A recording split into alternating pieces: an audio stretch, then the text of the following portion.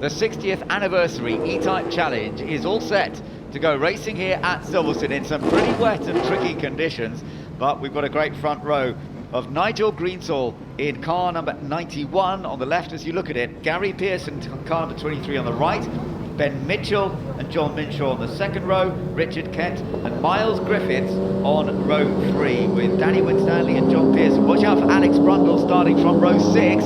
We are about to go racing in the E-Type celebratory race. Away we go, and it is Nigel Greensall from pole position who takes the initial lunge up towards Abbey Corner. The wetness throwing up a lot of spray, but he's got a good clear run through the bend. Gary Pearson holds on to second round the outside there, so he's still got second position, but that was a good start by Nigel Greensall in the number 91 car. Ben Mitchell is having a look at second place, up he's on the inside as they turn through the right-hander at Village, but I'm not sure he's going to get it because Gary Pearson is fighting him off again. They go side by side through the left-hander at the loop, a little bit of a slide, and that actually has given the advantage to Ben Mitchell. He's moved into second place. Yeah, great. Young Ben come up through Formula Ford, another one of our drivers through the historic scene. And Ben Mitchell into second after that mistake from Gary Pearson at the loop, down to Brooklands for the first time, and it's Nigel Greensall who leads from pole position. Ben Mitchell in second place. Where's Gary Pearson? He's dropped back to 5th or 6th now. He lost another couple of places coming in to Brooklands. I think it's the John Minshaw car in 3rd place. Number 33, yes it is. So John Minshaw in 3rd, Gary Pearson 4th. In 5th place it's Brundle. Yeah. Now look at that from row 6, you told us earlier.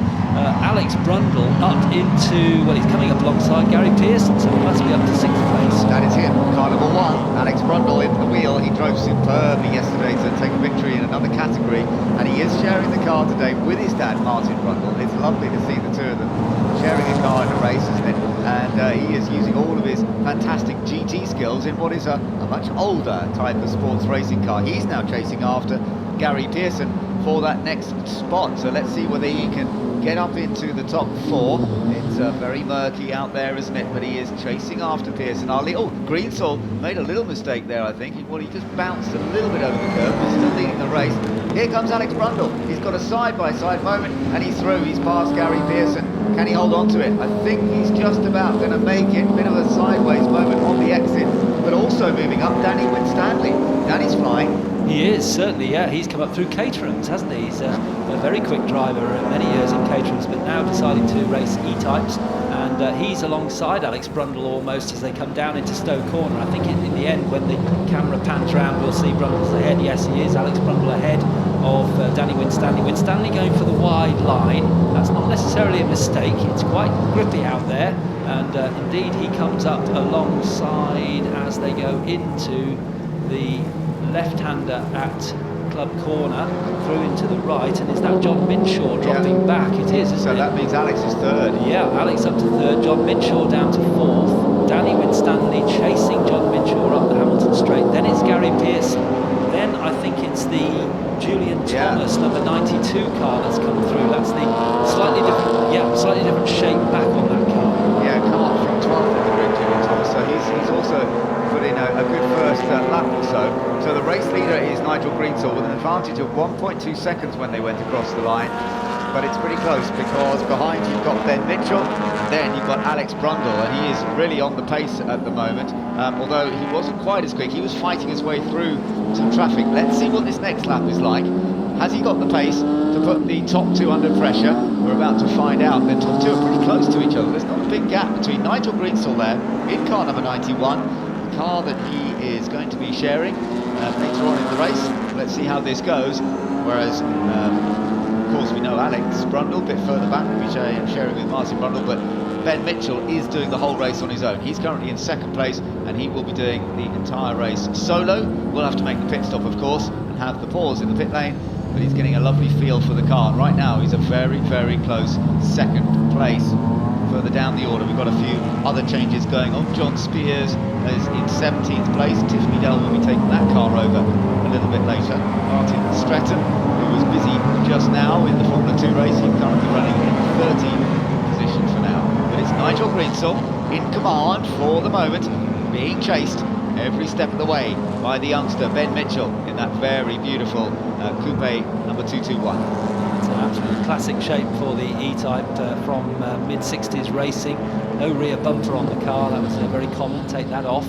And Alex Brundle coming through in third place through Beckett's corner. They go through the right, then the left. You can see the leader, Nigel Greensall, already coming up towards the last element. The right-hander there's Alex Brundle through the mist, taking that very wide line, and Danny Winstanley following him round as well. So Danny Winstanley up into fourth place, and John Minshaw has lost a place. We can't really see through the gloom as to exactly what position he's in, but we can see Winstanley in the white car in fourth place. As they come into Stowe Corner, it's Nigel Greensall who leads, then it's young Ben Mitchell in second place.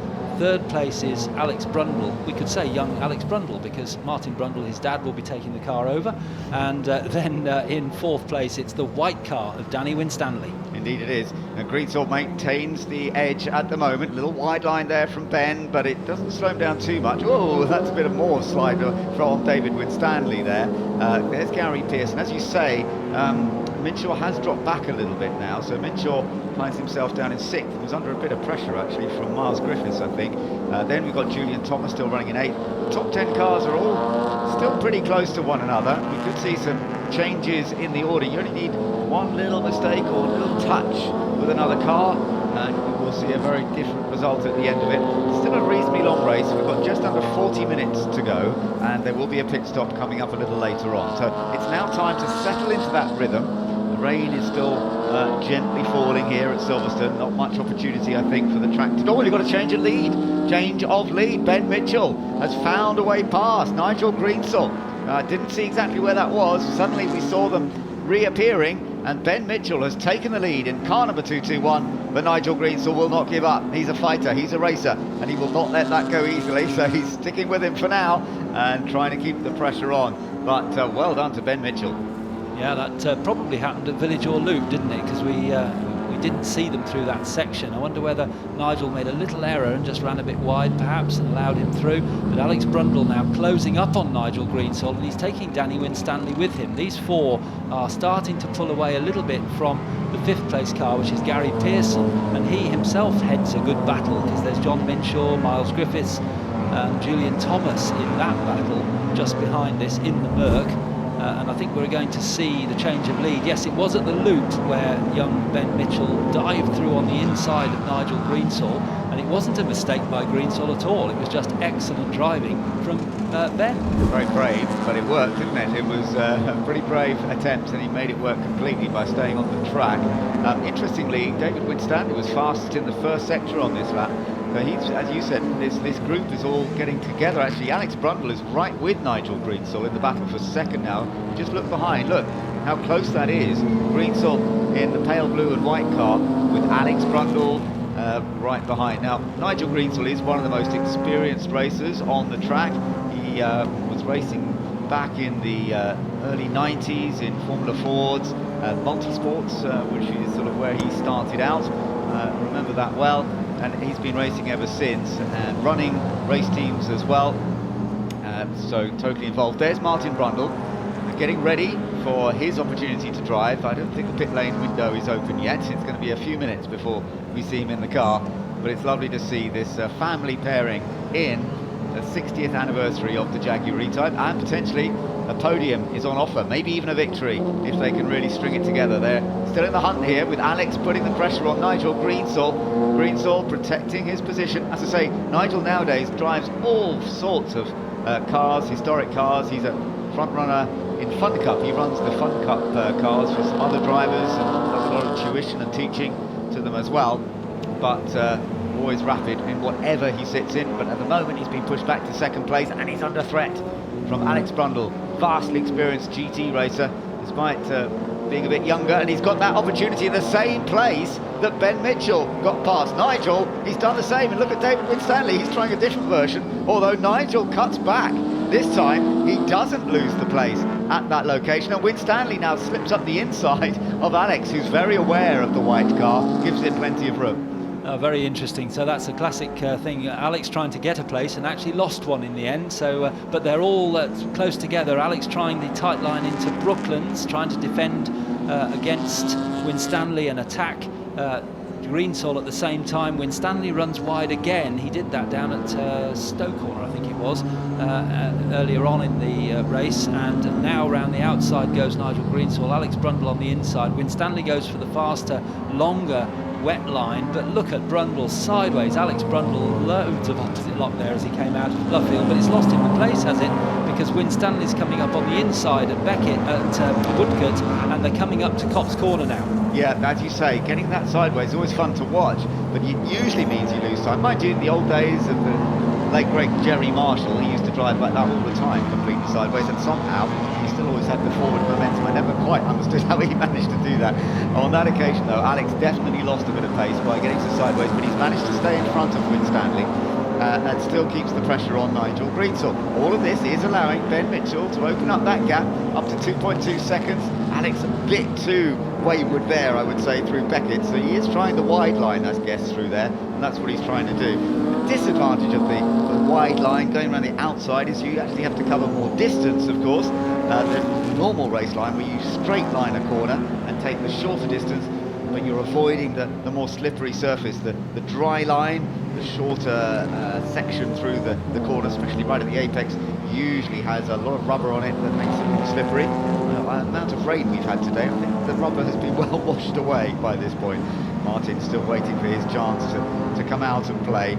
So not commentating at the Hungarian Grand Prix this weekend. He's definitely stepped back a little bit from doing quite as many Formula One commentaries, and that's given him an opportunity to enjoy this whole weekend. He's been here all weekend, out in various different cars, and it's lovely to see him competing once again, and particularly today alongside his son Alex. Mitchell with a 2.6 second advantage. He's doing a wonderful job, isn't he? From Greensall, who's still protecting that second place. We've got plenty of time to go. 33.5 minutes of this race still to be run, and keeping an eye on some of the battles further back as well. Not too many changes in that top 20 order as yet. Into Village they come. They do run very, very wide into Village. Every lap it looks as though they've overdone the brake, too late on the brakes there and gone too wide, but actually that seems to be the quicker line. And the same at the loop, they're going very wide through Aintree. They do take the apex at Aintree, well, at least Nigel Greensall did, but Alex Brundle chose to go wide through Aintree as well. They're down onto the Wellington Straight now. You can see the headlights of the lead car. Greensall doesn't have headlights, nor does the number one Brundle car, but Winstanley does, so that's a good way of spotting them if you're watching from trackside or watching your television screen or laptop screen, because it's very difficult in these conditions to pick out which car is which as they come through the long right-hander at Luffield. And still Ben Mitchell keeps that gap to the battling trio of Greensall, Brundle and Winstanley. Winstanley's actually set the fastest lap of the race, which was a few laps ago, but he was the quickest car early on in the race, but now he's a little bit bottled up in this battle behind Alex Brundle and Nigel Greensall. Ben Mitchell is doing a fine job up front, though, isn't he? The youngster, he's had some successes in historic racing. Second in the 2018 HSCC Historic Formula Ford Championship. He won the Derek Bell Cup in 2019, third in the Glover Trophy in 2019 as well. So some significant podium finishes in historic racing before. But to be leading this classic 60th anniversary E-Type race, I mean, this could be a huge victory for him. Indeed, yes. We've got a car off at the side of the track. That's the number 49 car. Looks like it. Michael Gray and Callum Gray are sharing that car. It looks like a mechanical failure. The driver getting out. I think it's Callum in the car for the first stint. Actually. Callum is son, Michael the father. Okay. Well, a shame to see that. We haven't thankfully seen too many people suffering retirement as yet. We're just watching our race leader. See what the gap is. It's been very consistent gap, around 2.6. Oh, a mistake from Ben. That's really, Ben, the first mistake we've seen from Mitchell, isn't it? It just goes to show, doesn't it, that even when you've got the lead, it's so easy to make a mistake. The gap does come down to 1.8 seconds, so it did cost him about 0.8 of a second, I think. In the meantime, Alex Brundle is still fending off David Winstanley, Danny Winstanley in that 4th position. Gary Pearson holding on to 5th position after that getaway didn't quite work for him from the front row. There's another famous race driver getting ready to come out, Tiffany Dell. So we're going to see Martin Brundle and Tiffany Dell both on circuit at the same time. That's going to be fun and games, isn't it? Both have commentated over the years. I actually did my first ever commentary with Tiff, funnily enough, where in the days of Formula First, and I was sitting alongside him. Now Winstanley's getting past Alex Brundle. Look at that, he's managed to find the space again. So Alex has been pushed back down into 4th position. That was at Aintree, took the tighter line through there. Now they're coming down the Wellington Straight, but Brundle's fighting back. He's got the inside line for Brooklands. Can he brake late enough to hold on to that? We'll see in a moment when they come through. No, he didn't. He couldn't brake late enough because the corner was much tighter from that position on track. So it's now Danny Winstanley up into 3rd place and Alex Brundle down to 4th as they go through Luffield. But up ahead, that little battle that they're having has allowed Nigel Greensall to just pull away, hasn't it? He's just opened out that gap, and I'm not surprised if when we get the times that we'll see the lead gap has actually come down a little. Yeah, that's right. Good stint, good first sector from Nigel. I tell you what, those screens, the Alex's screen has completely messed it up. They are varying a little bit. The windscreen on Alex's car completely messed it up, so he's probably not able to see very much. It is so murky. It is a bit of a disappointment. I am sorry for all of you here at Silverstone today that the weather isn't a little better. Not much we can do about that, Alistair, is there? But it would be lovely if we just had a little bit of dry weather today. Yeah, well, Tiff's found a dry spot in his pit, hasn't he? Yep. He's ready to go, sitting in his camping chair. He looks suitably chilled. He does, yes. Yeah, it's such a shame. But great racing we're having. It's not really affecting the quality of the racing at all, is it? But just so difficult to see the cars and to enjoy the racing when the weather is so wet. Yeah. But we've got the Winstanley car coming down into Stowe Corner and Alex Brundle behind. And I think you're right. You've probably told us what the problem is for Alex Brundle, because he's definitely lost a bit of pace. I think you're right. His screen has missed it up. This one doesn't seem so bad, does it? Ben Mitchell's car looks pretty clear, actually, at the windscreen. Yeah, it does. And Nigel's not bad either. David Winstanley's lovely slide of control, but it is definitely the worst of those top 4. The windscreen in Alex's car. I think he's really struggling to see where he's going, and just losing a bit more pace now. The gap up front, 1.6 seconds. Opening the windows, as you can see, they try to do that to get the airflow to help the mistiness, but it doesn't always work. And because these are race cars, they don't usually have the heating systems. They often don't have a vent system in them. So that's why you get this misting up problem. And it's only if you then perhaps introduce some sort of heating system. And that is that Nigel? Yeah, it is. Sorry, Alex has gone wide. Again, I'm pretty sure that part of it is because he just can't see where he's going, and that is causing major problems for him. The screen wipers are not working on the inside of the screen. That's where the problems exist. I think we might see him take advantage of the pit window being open and coming in, and then the team can perhaps try and clear the screen. Certainly they can wipe it, but they might be able to put some of this special fluid on that helps to keep the screen clear. And we've got a battle for the lead, look, because Ben Mitchell has been caught by Nigel Greensall as they come through Luffield, and Greensall is caught right up with Mitchell. He's going on the tighter line, Mitchell on the wider line. Neither are coming into the pits on this lap. Question now is, will the number 1 car dive into the pit lane? They're just passing the Heritage pits where these cars are based. Interestingly, been a new fastest lap by Graham Dodd, who's all the way down in 9th place, and has just done a fastest lap. They're only a fraction quicker than the leaders, but yeah, that's impressive. 9th place, and they've set the fastest lap there. So chasing after the Julian Thomas Callum Lockie car, which we will see Callum jump into fairly soon. As you say, the pit window is open, so people are allowed in, but we haven't seen any of the front runners come in yet. Mitchell, who was caught by Greensall, now has pulled out the gap again, so the gap up to just over 3/10. I think it's more than that. That's the last second timing point. Looks bigger than that now. Winstanley's still in 3rd. Brundle is in 4th place. Then Gary Pearson still under pressure from Miles Griffiths. There's no gap really between the two of those. Then the Julian Thomas Callum Lockie car, and then completing the top 10. We've got the number 12 car holding on in there at the moment, Tony Best and Ed Thurston in their January type semi-lightweight, as it's called, which is a sort of replica of the lightweight form of E-type that raced back in the 1960s, but there were only, I think there was only 13 of them made originally. There's Tiff with Martin, about to have a little chat. Nice to see, isn't it?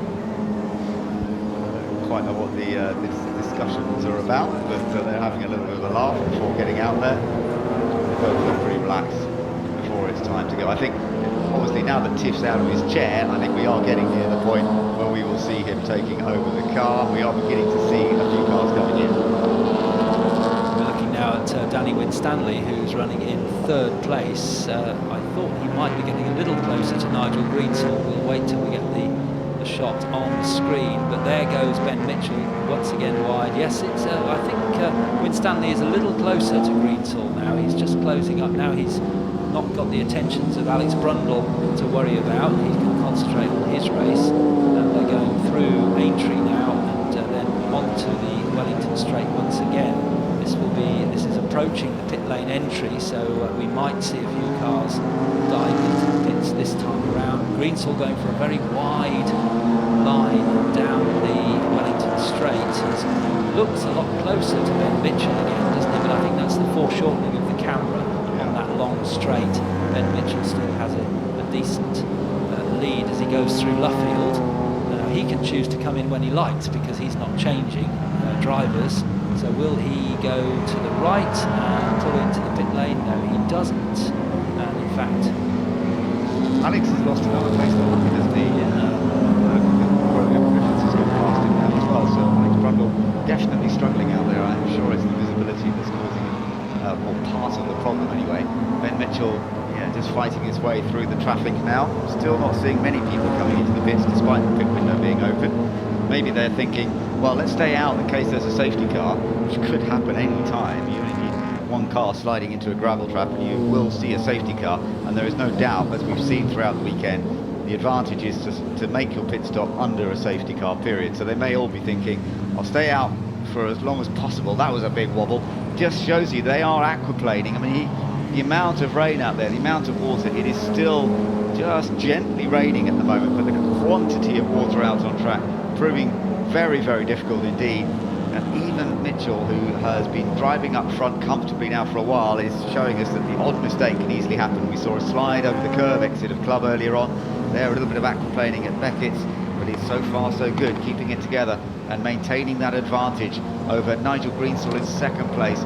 Then Danny Winstanley, who is in third, and keeping the pressure on Greensall. There you are, Danny not far behind him. The Dodds have moved up again after another fastest lap, 2 minutes 47.2 compared to 2 minutes 47.8 for Ben Mitchell.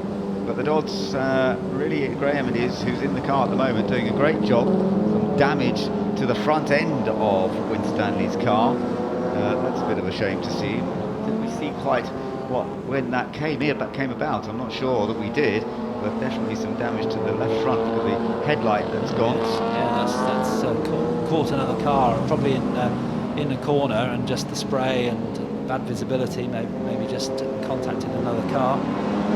You mentioned Graham Dodd doing well. He's actually hopping into another car for the second part of the race, so he's doing the whole race effectively in two different cars. He's taking over the number 100 Louis Bracey started car.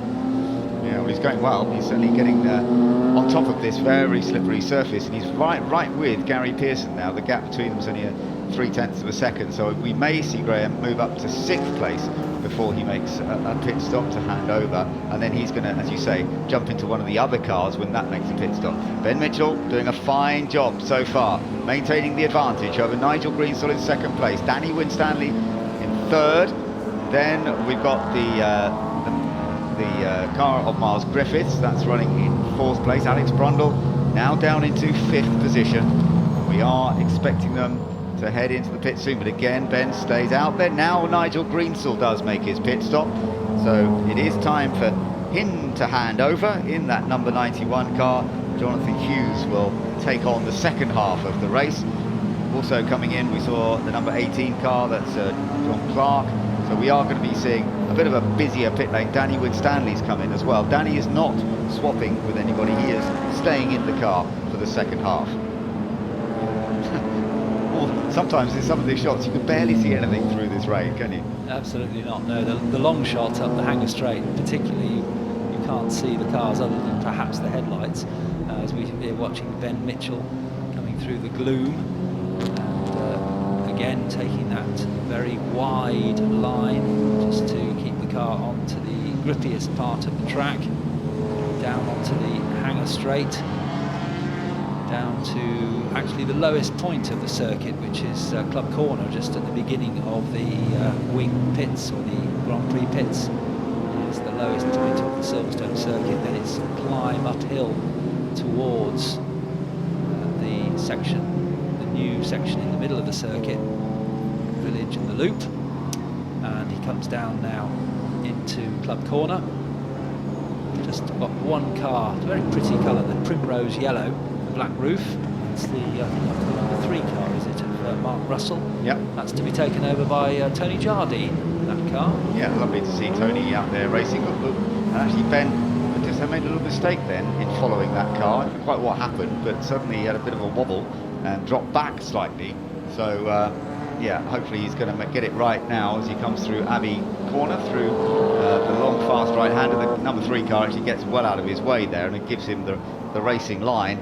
So ultimately it's not such a big deal, and Ben Mitchell continues to lead this race. The number 1 car of Alex Brundle yet to make its pit stop to hand over to Father Martin, and it's been struggling a little bit in the recent laps, there's no doubt about it. Maybe more than just the visibility, perhaps there is a technical issue, I don't know, with the car that is not making it last so long. He definitely seems to be, well, that's not him this time, but several of them are struggling on the brakes down at that section. That was number 48, I believe. That's the Shane Brereton car, just going in a little bit too deep. But Ben Mitchell holding it all together, lap after lap. Again, he runs very, very deep into the left-hander at Brooklands, but he loves that wide line there. It seems to work effectively. And Alex Brundle again coming through. That's a good shot to show the misted up windscreen. You can see it's quite opaque, and he's really struggling to position that car exactly where he wants it to be, as are many of these drivers. And a great shot there, tight into the cockpit of the car. You can see him working away as he comes into the pits. So Alex Brundle making his pit stop. He'll hand over to Father Martin, former Grand Prix driver, of course, and commentator on Grand Prix for many years. Yes, good opportunity for him. I wish the weather conditions were slightly different, but he was always rapid in the wet as well, Martin, so he should be ready to take this on with 17.5 minutes to go in the 60th anniversary E-Type Challenge, celebrating 60 years of the Jaguar E-Type. Alex Brundle brings his car in after challenging for a podium slot in the earlier part of the race. It's been a bit of a struggle. Let's just see how much they go about trying to wipe down that windscreen, whilst also sorting out the driver change, getting Martin aboard. There is a mechanic on the other side, so you can see that you can see some sort of handprints virtually, can't you, where he's been trying to clear the windscreen himself. Yeah, it's quite difficult when you're strapped in very tightly into these cars. It's not like in a road car where your seatbelts can be moved forward on those reels. These are tight and they don't move, and you can't reach the windscreen even with your hand fully extended. So I have seen cars actually have a little stick, a rag on the end, and they use that to clear the windscreen from the inside. But it's a problem. But, not an awful lot of clearing going on there. They've done their best, but not a great deal, is there? Right, they haven't done anything on that. I mean, obviously they've got to keep to the time. They're getting ready for the second back on his way. It's a fairly short stop, but he's on his way once again. Also, I noticed the left. Oh, that was a bit tight as he exited the pit. That would have been embarrassing. He almost collected another car on the exit of the pits. I was about to say, I noticed that the windscreen wiper on the far right of the car, the driver's side, there are 3 wipers on this car. The one is missing. Okay. So it's not wiping the screen in front of the driver. Well, that could have been one of the major issues. They may have lost it during that first stint of the race, just to make life even more difficult. It's a shame. It doesn't make it so enjoyable when you're really struggling to see. I did notice there's a car off in the exit of Club Corner, but it's way up along the straight, and I don't think it's in a dangerous place at all. If people go off, there it is. Yeah, it's the number 49 car. That's the Callum Gray car. We did see that in trouble earlier, but it's in a pretty safe place, so I don't think that's going to cause a safety car. Surprising, really, that we saw safety cars emerging quite a lot in the races yesterday. Today, the conditions are much worse than we saw on Saturday, and yet, so far, so good. We haven't actually seen much in the way of safety car action. I suppose the big difference today is that the conditions are consistent, aren't they? It's just consistently very wet, whereas we had those wet, dry, and then a shower coming in as we're watching John Minshaw in the 33 He's car. actually leading at the moment because of various pit stops that have been made. He is now our official race leader. And he's driving solo. He's coming He's in coming now. in the pits, yeah. So he's making his pit stop, but he will be coming back. It's actually, the pit window is just closed. So presumably he's going to, if he hasn't made his pit stop until now, and I wonder also, because there's one or two others, the Spears Liddell car hasn't come in yet, has it? No. And pit window is announced as closed. I wonder if they're therefore going to pick up the penalty. They will do, yes. They'll get a drive. Well, it depends on the regulations. Normally it will be a drive-through penalty for this. Sometimes there are different penalties applied, but it will be something that will affect their position. So that's very surprising that both teams have made that mistake. I mean, it wasn't far for John Minshaw, but you don't push to the very end of the window, especially when you're driving solo. It's quite easy, I suppose, when the lap time is nearly 3 minutes around here, to miscalculate it, and think, well, I'll go to the end of the pit window, but you've got to allow a 3 minute buffer, and even as you mentioned earlier, if there's a safety car, it could be more than 3 minutes, so you do need to be careful to fit into the time scale that you are given by race control when the pit window is open. There is Martin Brundle now, running a bit deep and wide, finding life a bit tricky in the number 1 E-Type. So that car is currently being shown in 9th place, but we'll see a little bit of reorganisation of that order with the other cars having made their pit stops as well, but I do think it has dropped down. We saw Alex struggling a little bit. It is chasing after the car that was being driven by Nigel Greensill earlier, but that car now is in the hands of Jonathan Hughes, so there might be a chance for them. The Graham Dodd car, that has made its pit stop and has been going quickly throughout. That is now running in 7th place, and although, as you can see at the top of the data there, you've now got the Tiffany Dell car at the top, but as we know, they should have made a pit stop by now, and so even though it's showing well, A, they've got to come in and that will drop them down, and B, they will well get a penalty anyway. So it looks as though Ben Mitchell is still the driver who is in command of this race. There he is in car number 221. He is effectively the race leader, even though that's not showing on our graphics right now. It will do in a moment. Win Stanley is in 2nd position, and the gap between them, not huge actually, it's still around oh no, it has grown up a little bit, is it? No, it's only a second or so. Look, yeah, you see him behind. Yeah, it's just following through there. I think that's the white car at Win Stanley. It is, it definitely is. So forget the car that's being shown as number 1, because that's got to make a pit stop at some point, and as we say, probably get a penalty. There is Ben Mitchell, who's been in control of this race for a long time, having overtaken Nigel Greensill in the early stages. He's made his pit stop, he's done his pause in the pits, and now he's back out there, but he's still under a bit of pressure from Danny. Danny in the background, just see him there in the white car. So any little error from Ben and Win Stanley will be through to take over the lead, but we haven't seen many mistakes, just the odd little slide and moment of running wide here and there. So far so good. The race behind, we've got Miles Griffiths currently in 3rd place, and Gary Pearson still being shown as in 5th place. Gary not actually showing the car for once, he's getting to do the whole stint today. And look, actually Win Stanley has suddenly got a lot closer to the back of Ben Mitchell. Yes, he has. He's closed right up to Ben. So this is the battle, effectively, as you've described, for the lead, because the Spears Liddell car is yet to do its pit stop. But yeah, the battle for the lead, and then not too far behind Miles Griffiths. How far behind is he? Well, yeah, it's about 13 seconds, isn't it? That's quite a long way. But he is close. We've got a good battle going on behind them as we're looking at the 26. That's the car that should be coming in. Yeah. That's the car that is being shown as your race leader, but it has not made a pit stop. And so that's a bit unfair, isn't it? No, we have a red flag, Oh, Ben. red flag, a red flag. So something must have happened somewhere. The car must have gone off and been stranded, I assume, to see a red flag. Oh, what a shame that is. I wonder if we'll get a restart. There are 10 minutes to go, 10 and a half minutes to go in this race. They may decide to give it a restart. And Tiff's thinking, well, where will I be? He'll probably be put to the back of the grid anyway, because presumably they'll get a penalty for not having made their pit stop before this point in the race. And Tiff, if we do get a restart, he'll get a run in the car, no doubt. But if they decide that the time lost to recovering whatever has gone off is too much, then Tiff may not get a drive at all, which would be a great shame. We certainly had a good proportion of the race, haven't we? So yeah, 10 minutes to go, yeah. So they could indeed, race control may well and say, well, you've had enough of the race, we will call it a day at that point. Whatever, I think it's looking good for Ben Mitchell. He's really been the dominant force here. He utterly deserves the race victory. Let's see if we can find out. This might be what has caused our red flag. A spin for the number 173 car. Did it end up in the gravel? No, not quite. That's William Paul and Harvey Stanley's car.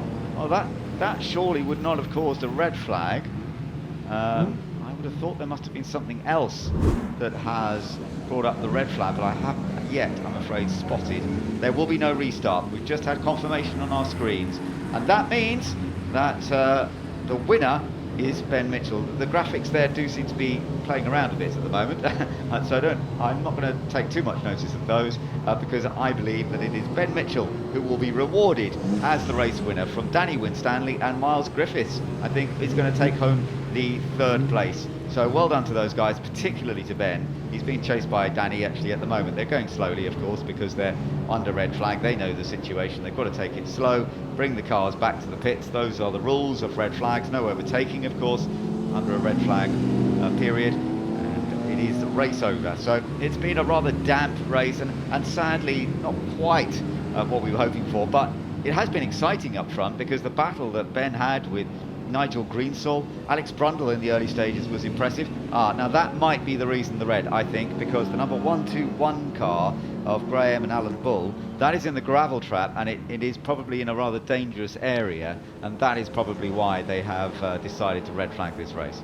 Yes, that's difficult to spot from that camera shot, but Beckett's, isn't it? I thought it was Beckett's. Yes, I think it is. You're right, aren't you? Yes, you can see the trees behind, and that's a nasty spot to go off there. It's quite fast through that section, so decision taken to. And I'd like to say, I think Ben Mitchell, you could not think of anyone who would deserve the win better than Ben. I think he's driven an absolutely exemplary race. Yeah, so few mistakes, and in such difficult conditions as well. I am absolutely, it's totally impressed by what he's done here today. And as a youngster as well, he doesn't have quite the level of experience of some of the drivers, but he has, as I mentioned earlier, recorded some very good podium finishes in some of the other historic races in recent years.